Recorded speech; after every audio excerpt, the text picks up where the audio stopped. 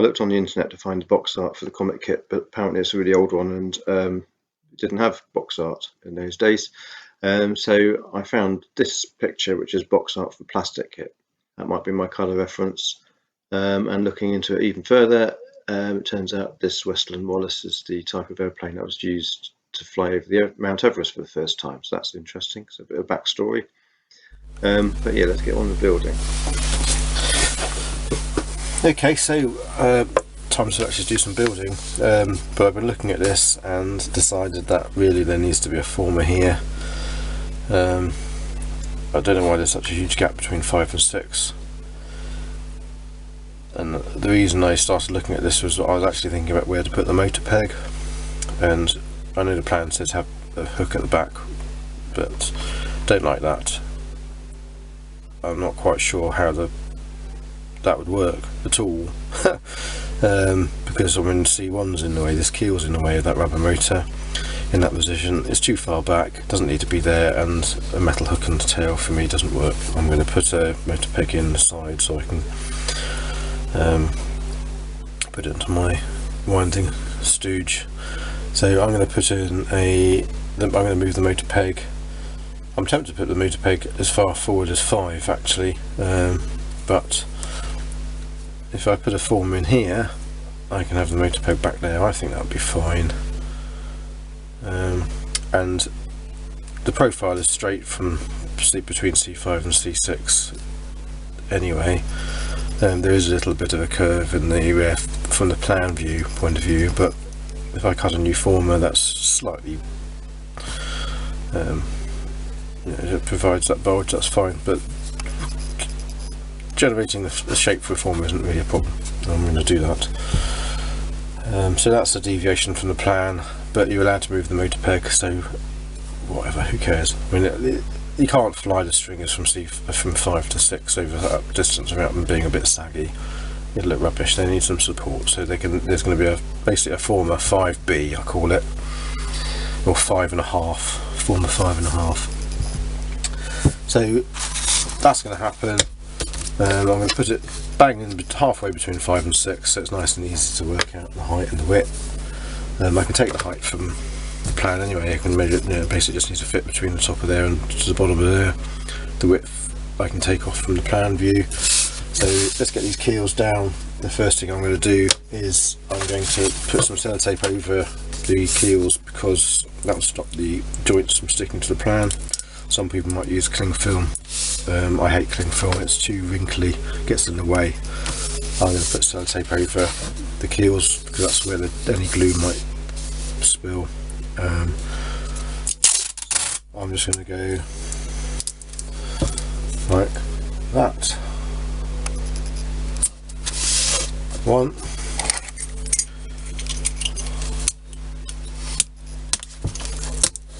Okay. Like that. I like to build quite accurately to the plans, to be honest, on the whole, but there are bound to be little things that you do that are minor deviations, and I don't think that's a problem.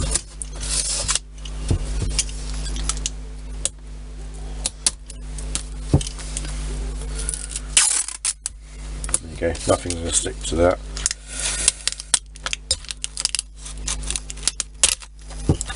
There you go. So I've now got plastic coating on my keels.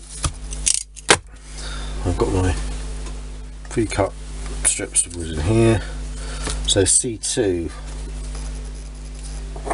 I'm just going to run it long to start with. I'll trim them to length later. Just going to go in there, keep to the outline. Thank you very much. Trust the outline more than anything. That's the shape of the aeroplane. Stick a pin in it. I don't generally like putting pins through the wood, so I'm going to get one in there.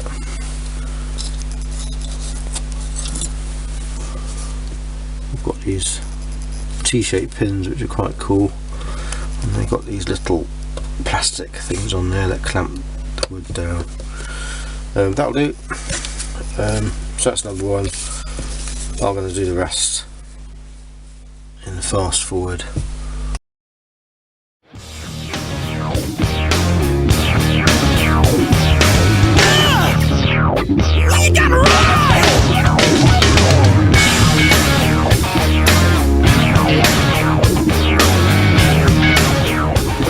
Okay, so just so you know, I'm doing a laminated keel on the bottom.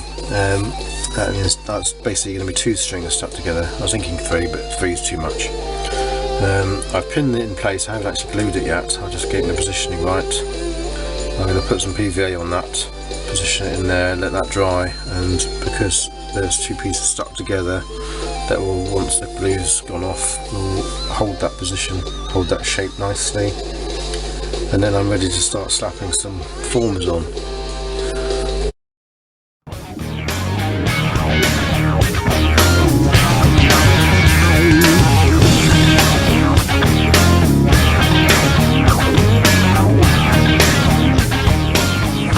Okay, I've got the keel down. I've laminated that bottom keel. That's 2 stringers glued together, and I'm using pins to get this hold the shape. It's following the contours of that quite nicely as far as I can make out. I've pushed the pins in. I've had to use pliers to really get them in. It's quite a soft ply I've got on my building board, but a little bit of push required. One little bit of keel to go back on the back end, so I'm just going to sand the angle on. I could cut it, but I'm going to sand the angle on to the end of that. Pop that on there. That was a pretty good guess. Not perfect, but not far off.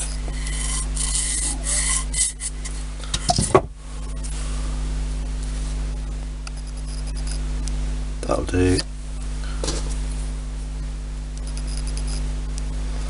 I'll trim that to length later. This knife needs sharpening again. I tend to use glue in a beer bottle, beer cap, a little bit of glue in there, beer cap, off-cut stringer just to apply the glue. That's just my way of doing it. I don't know what other people do.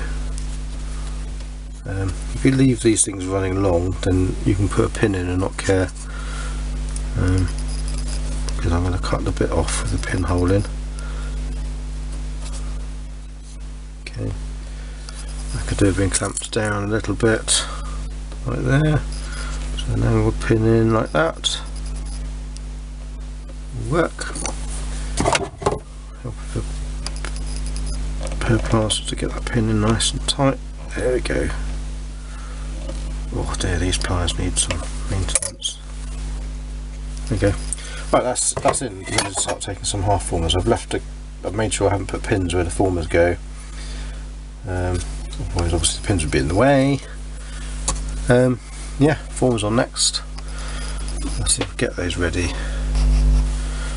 We've got 1. That's number 5. That's going to go on there. Let's get what we need out. 3.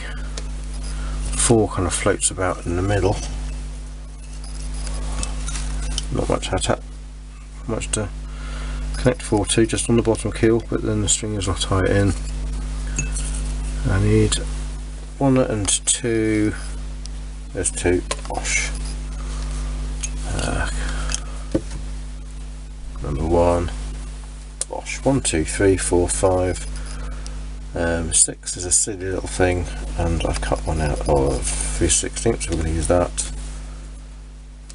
Make that fit somehow, and then obviously I've got to make my former for 5.5, which I'll do in a minute. So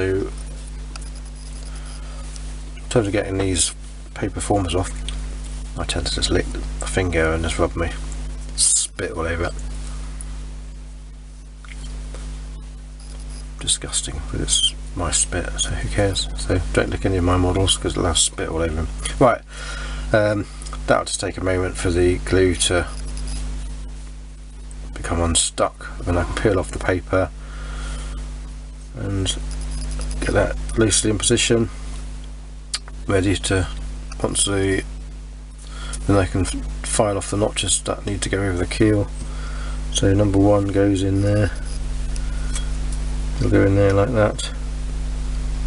The former here looks like it's slightly too big. They're probably all slightly oversized, so it might be a scaling issue. I'll just adjust it. Obviously once it's all built, it ends up standing all sorts of things back anyway, but there might be some adjustment required in that first former. So it's always nice to do a little dry fit to see how things line up. Number 5 and 4 looking good. Number 5.5 go in there. There's only the second one does look a little bit. No, that's okay. The first one is the one that looks a little bit wrong. Maybe some adjustment required on that. That'll be okay. So that's starting to come away now. That's what it takes.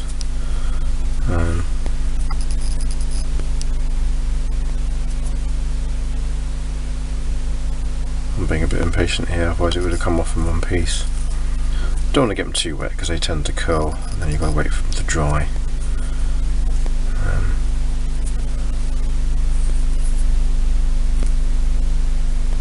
But it does come off fairly readily. Okay, just to show you that's the first former. I've notched it so that it go around the keels here and here. Basically the notch is about as deep as my emery board. I've used that instead of my ruler as a guide. Difficult to show you on here, but basically it's emery board thickness, which just works out nicely, about half a keel. Obviously when I do the other side it'll be sanded to fit. That's near enough. So that's ready to go in, so I'm going to start just putting those in, and that was going to go in there like that. Make sure it's upright, and off we go. Okay, right, so I've just notched the second one. I'm going to glue that in. You can watch that happen and then we'll fast forward, because you don't want to watch all of these going in.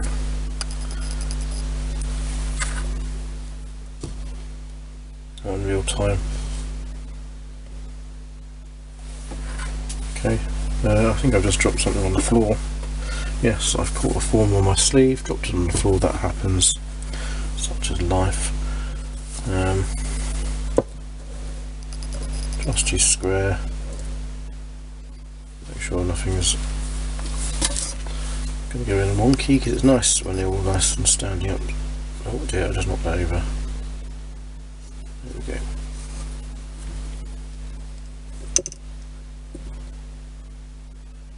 I said it wasn't going to be a fiddly process. It's worth taking your time. Get it right, isn't it? Okay, so that's 1 and 2 done.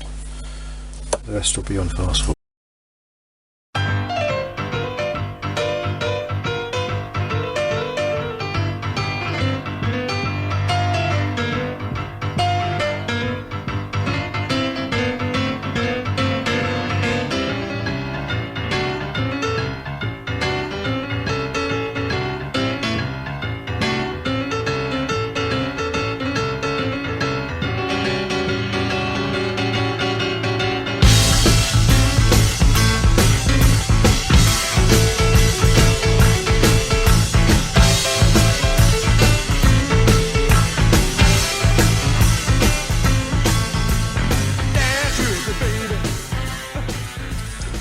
Okay, so I've got these put in now,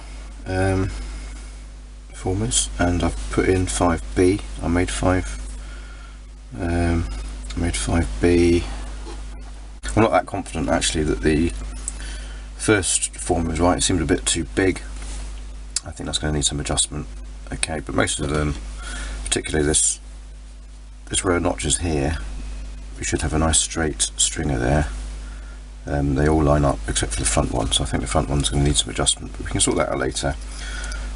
So yeah, they're all fairly upright, the keels are in place.